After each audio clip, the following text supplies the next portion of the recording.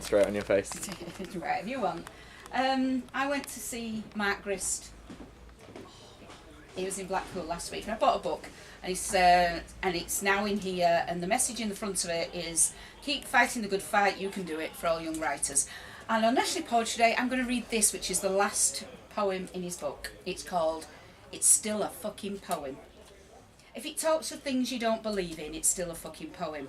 If the metre isn't even, it's still a fucking poem. If it isn't all that intricate, it's still a fucking poem. And if you don't feel all that into it, it's still a fucking poem. If it's popular to jocular, the rhyme scheme gets on top of you. If metaphors are propping up and arguments that's rotten, if it's written by some children, it's still a fucking poem. Graffiti to a building, it's still a fucking poem. Scribbled at a workshop, it's still a fucking poem. Or by someone you've never heard of, it's still a fucking poem. If it won all the awards, if it leaves you feeling bored, if it's half as good as yours, it's still a fucking poem.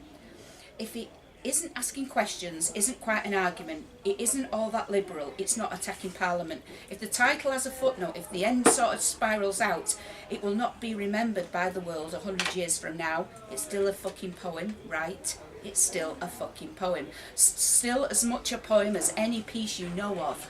And it's not how you would write it, but it's still a fucking poem. You don't think that you'll like it, but it is still a fucking poem. And you can cry that it's all appalling, but it's still a fucking poem. And you aren't all that important, right? You're not a fucking poem.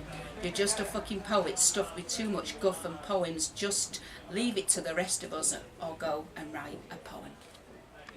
For the National Poetry Day. Yeah. Yeah. Okay, thank you.